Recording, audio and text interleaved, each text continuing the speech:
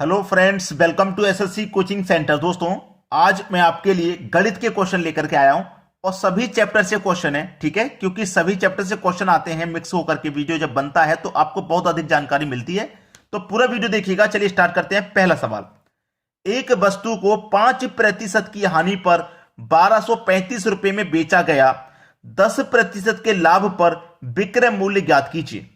ठीक है, अच्छा सवाल है। देखिए, मैं एक बात जानता हूं कि कोई भी वस्तु हो उसका जो मूल्य होता है अपने आप में 100% होता है। यह बात आप अच्छे से जान लीजिए, नहीं जानते दिमाग में ऐड कर दो। कोई भी चीज होगी अपना मूल्य अपने आप में 100% होता है उसका। ठीक है, उस 100% चीज को आप क्या कर रहे हैं, 5% की हानि पर बेच रहे हैं। 5% की हानि पर आप बेच रहे हैं। अब देखिएगा, कोई भी चीज का दाम 100% होता है, उसे 5% की हानि पर आप बेचेंगे 100 में से, तो इसका मतलब कितने का दाम ले रहे हैं आप? 95% का दाम ले रहे हैं। ठीक है, 95% में बेच रहे हैं। 5% की हानि पे बेचने का मतलब क्या? 95% में बेचेंगे। और रुपए में कितने में बेच रहे हैं? 1235 में। यानी कि 95% की जो वैल्यू है वो 1235 के बराबर है। अब इसमें आप क्या करेंगे? 100% का मान निकालने के लिए 95 से डिवाइड कर देंगे और 100% का मान निकालने के लिए 100 से मल्टीप्लाई कर देंगे। क्रय मूल्य निकल के आ जाएगा, 100% का मान निकल के आ जाएगा। लेकिन उसने ये नहीं पूछा, उसने बोला है कि 10% के लाभ पर विक्रय मूल्य ज्ञात कीजिए। सेलिंग प्राइस पूछ रहा है वो 10% के लाभ पर। अब देखिए, ये क्या है? ये 100% का मान है। ये 100% का मान है पूरा। ठीक है, 100 से गुना कर रहे हैं, 100% का मान है। अब इसी पे हम क्या करेंगे? 10% का लाभ निकाल लेंगे। यहीं पे भाई 100 की चीज को 10% के लाभ पर बेचेंगे, मतलब 110 में बेचेंगे। परसेंट का मतलब बटे में 100। बस सवाल यही खत्म। 100 से ये 100 आपका कट जाएगा। कट गया ना? चलिए, 19 पंजे 95, 19 पंजे 95 कट जाएगा। 19 से इसको कटाऊंगा मैं।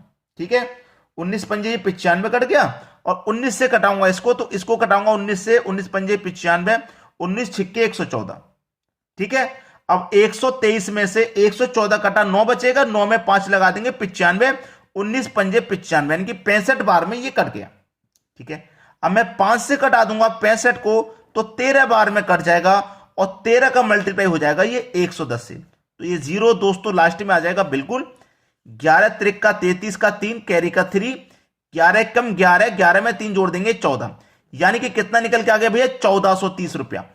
1430 रुपया, सी ऑप्शन बिल्कुल सही जवाब। तो मुझे नहीं लगता कि इसमें क्वेश्चन में कोई ऐसी बात थी जो आपको समझ में ना आई हो। और इसी तरीके से हम सभी क्वेश्चन को हल कराते हैं ताकि आपको एक एक बात अच्छे से समझ में आ जाए। चलिए अब देखेंगे अगला सवाल।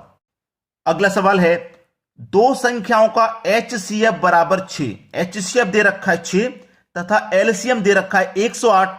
एक संख्या 12 है तो दूसरी संख्या ज्ञात कीजिए। इसके लिए एक फॉर्मूला होता है। विदाउट फॉर्मूला के अगर आप करने जाओगे तो गलत कर दोगे। फॉर्मूला क्या होता है मैं बताता हूं। फॉर्मूला होता है पहली संख्या गुने दूसरी संख्या बराबर एचसीएफ इनटू एलसीएम। ठीक है, ये आपका फॉर्मूला होता है। इस फॉर्मूले को अभी के अभी अगर आप नोट कर लोगे और 1 से 2 बार प्रैक्टिस कर लोगे तो कभी गलती नहीं करोगे इस सवाल में। ठीक है, उसने कह दिया कि एक संख्या 12, यानी कि पहली संख्या आपके पास 12 है और दूसरी संख्या ज्ञात कीजिए। दूसरी संख्या यानी कि पूछ रहा है। एचसीएफ आपका 6 है और एलसीएम है 108। ठीक है, कटा लो भाई। 12 निम्मा 108 यानी कि 9 बार में कट जाएगा 108। कट गया 9 बार में। अब 6 का मल्टीप्लाई 9 से कर दो। 6 निम कितना हो जाएगा भैया? 54 बराबर इधर क्या बचा? दूसरी संख्या, यानी कि दूसरी संख्या आपने निकाल ली 54 है। हो गया कि नहीं हो गया भाई? 5 सेकंड से ज्यादा का वक्त तो लगेगा नहीं इस सवाल में, अगर आपको ये फॉर्मूला याद है तो। अगर ये याद नहीं है तो फिर नहीं कर पाओगे भाई, याद रखना इस बात को। चलिए अब देखेंगे अगला सवाल। अगला सवाल है, तीन संख्याओं 1:3:5 के अनुपात में है तथा उनका योग 10,800 है, तो तीनों में से सबसे बड़ी संख्या ज्ञात कीजिए। देखिए, तीन संख्या आपके पास, तो ये मैं पहली संख्या ले लूं, ये दूसरी संख्या और ये ले लूं मैं तीसरी संख्या।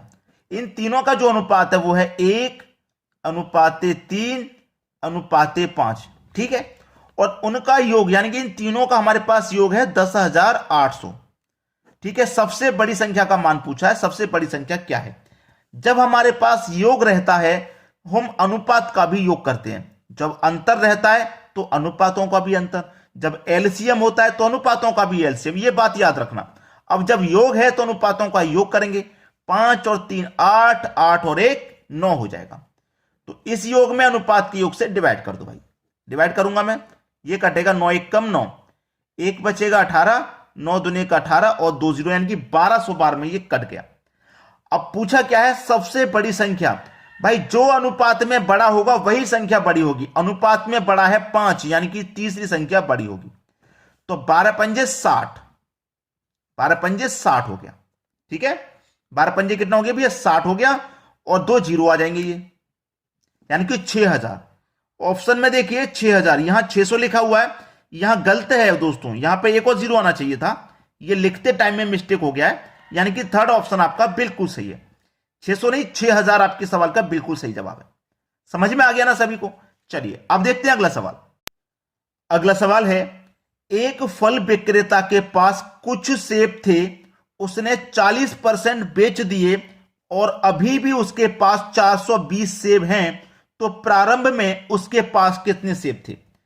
प्रारंभ की बात कर रहा है, प्रारंभ में उसके पास जो भी सेब होंगे अपने आप में 100% होंगे, ये बात मैं आपको पहले ही बता चुका हूं। 100% में से क्या होता है कि 40% सेब बेच दिए, 100% में से 40% सेब बेच दिए, तो कितने बचे भाई 60% बचे, यही तो है, 60% बचे प्रतिशत में, और उसके पास 40% बेचने के बाद अभी भी उसके पास कितने सेब बच रहे हैं 420, यानी कि प्रतिशत में बच रहे हैं 60% और यहां पर बच रहे हैं 420, तो 60% की वैल्यू 420 के बराबर हो जाएगी। तो आप 100% की वैल्यू कैसे निकालेंगे, 420 में 60 से डिवाइड कर देंगे, 100% का मान निकालने के लिए 100 से मल्टीप्लाई कर देंगे, ठीक है, 0 से 0 कट जाएगा, 6 सत्ते 42 कट जाएगा, 7 का मल्टीप्लाई 100 से कर दो, 700 सवाल का सही जवाब आ जाएगा। तो उसके पास कितने सेब थे प्रारंभ में, प्रारंभ मतलब 100% का मान, 100% का मान निकाल लिया 700 से, ये आपके सवाल का बिल्कुल सही आंसर है 700, बी ऑप्शन बिल्कुल सही आंसर। चलिए अब देखते हैं अगला सवाल। अगला प्रश्न है 4 8 7 क्वेश्चन मार्क का चतुर्थानुपाती क्या होगा, यानी कि 3 संख्या आपके पास है, चौथी संख्या पूछ रहा है क्या होगी, ठीक है। चलिए यहां पे मैं आपको बता दूं चतुर्थानुपात का जो फॉर्मूला होता है, यानी कि ये संख्या आपके पास ए है, ये बी है और ये सी है, ये संख्या आपके पास ए बी और सी का हमको क्या निकालना है, चतुर्थानुपात हमें निकालना है। तो इसका फॉर्मूला क्या होता है चतुर्थानुपात का, बी गुने सी डिवाइडेड बाई ए, यानी कि बी और सी बाद वाली दोनों संख्याओं का इनका मल्टीप्लाई कर देना है और ये पहली संख्या डिवाइड कर देगी, ठीक है। चलिए बी का मान कितना आपके पास 8 है, इंटू सी का मान आपके पास 7 है और ए का मान आपके पास 4 है। बस सवाल को सॉल्व कर लो, 4 से कटेगा 2 बार में, 2 का मल्टीप्लाई 7 से कर दो 14, ये आपके सवाल का हो गया सही जवाब 14, ठीक है। किस ऑप्शन में भाई, सी ऑप्शन में, ये बिल्कुल सही जवाब हो गया। चलिए अब देखते हैं अगला सवाल। अगला प्रश्न है आपके पास a बराबर 2b बराबर 3c है, तो a अनुपात b अनुपात c क्या होगा। चलिए इस तरीके का सवाल देखिए कभी भी आपके सामने रहता है तो क्या करते हैं, आपके पास देखिए a, ये भी इधर आएगा तो a के बटे में b हो जाएगा, बराबर इधर 2 बचा। अब यहां पे a के साथ में कुछ भी नहीं है तो इसका मतलब 1 है, तो 1 इधर जाएगा तो 2 के बटे में 1 आ जाएगा, क्लियर। अब देखना यहां पे देखिए आपके पास b है, अब ये c इधर से आएगा तो b के बटे में c हो जाएगा, बराबर इधर 3 बचा, और 2 के साथ में b के साथ में 2 है, 2 इधर जाएगा तो 3 के बटे में ये 2 हो जाएगा, क्लियर इतनी बात, यहां तक किसी को कोई दिक्कत नहीं होनी चाहिए। अब हमें यह पता चल गया कि a का अनुपात 2 है, b का अनुपात 3 है, ठीक है, b का एक और अनुपात है 3 और c का अनुपात 2 है। अब इसको हम हल कर लेंगे आसानी से, देखिएगा a अनुपाते b अनुपाती c, यही तो पूछ रहा है a b c, a का मान कितना है 2 है भैया, अनुपाते b का मान 1 है, ठीक है। अब b का एक और मान दे रखा है 3, तो उसे हम b के ही नीचे लिखेंगे 3 को, क्योंकि b का मान है बी के नीचे लिखेंगे। सी का मान 2 है तो सी के नीचे लिखेंगे, लेकिन यहां नहीं, यहां लिखेंगे। ये दूसरी लाइन स्टार्ट हो गई है तो यहां लिखेंगे। अब ये खाली जगह बची, इसके बराबर वाली संख्या यहां पे ले लो। ये खाली जगह बची, इसके बराबर वाली ले लो। 3 दूने का 6, 3 एक कम 3, 2 एक कम 2, 6:3:2। देखिए किस ऑप्शन में है, 6:3, ये नहीं है, 6:3:2। सी ऑप्शन सही जवाब है। A/B/C तो पूछ रहा था तो ABC हमने निकाल लिया, 6:3:2 है। यह सवाल का सही जवाब हो गया। चलिए अब देखेंगे अगला सवाल। अगला सवाल है, 15 आदमी एक काम को 30 दिनों में पूरा करते हैं, उसी काम को 9 आदमी कितने दिन में पूरा करेंगे? अच्छा सवाल है। एक फॉर्मूला जो होता है उसके अनुसार सॉल्व होते हैं ये फॉर्म। M1 D1 T1 पूरे का बटा W1, M2 D2 T2 पूरे का बटा W2। अब इस फॉर्मूले से में जिसकी वैल्यू दी जाती है उसे हम लिख लेते हैं। M फॉर मैन, कितने आदमी है? 15।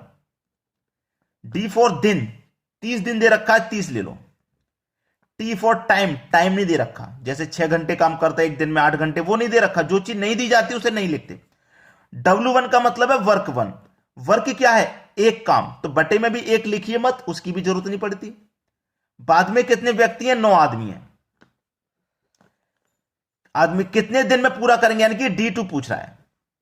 बस इतना सवाल है, खत्म कर दो इस सवाल को। अब चलिए मैं खत्म कर दूंगा। 3 पंजे 15 कटेगा, 3 त्रिका ये 9 कटेगा, और 3 से 30 कट जाएगा 10 बार में, 5 का 10 का मल्टीप्लाई कर लो, 50 हो जाएगा। इधर D2 का मान निकल के आ गया 50। 50 दिन, 50 दिन बी ऑप्शन हो जाएगा बिल्कुल सही जवाब। 50 दिन आपका बिल्कुल सही जवाब। चलिए आप देखेंगे अगला सवाल। अगला सवाल है, एक टैंक को 30 मिनट में पूरा भरा जा सकता है। टैंक में एक रिसाव है जो टैंक को 90 मिनट में खाली कर सकता है, तो टैंक कितनी देर में भर जाएगा? मैं आपको यह सवाल दोस्तों होमवर्क के लिए दूंगा, क्योंकि मैंने बहुत बार ऐसे सवाल आपको करा चुका हूं पहले, इसीलिए अब आपको होमवर्क की बारी। आपको घर से करने के भी लिए तो कुछ मिलना चाहिए। तो दोस्तों बस इतना काम मैं आपसे हमेशा कहता हूं कि शेयर कर देना और वीडियो को लाइक कर देना। भाई शेयर तो बनता है, क्योंकि सभी बच्चे कोचिंग सेंटर में जाके तैयारी नहीं कर पाते, कुछ बच्चे घर पर ही मेहनत करते हैं। तो जो लोग घर पर मेहनत करते हैं उनके पास तक तो वीडियो शेयर कर दीजिए, और मेरे लिए बस एक लाइक। ठीक है दोस्तों, इतना काम। और इस सवाल का आंसर कमेंट कर दीजिए क्या आ रहा है। ठीक है दोस्तों, धन्यवाद।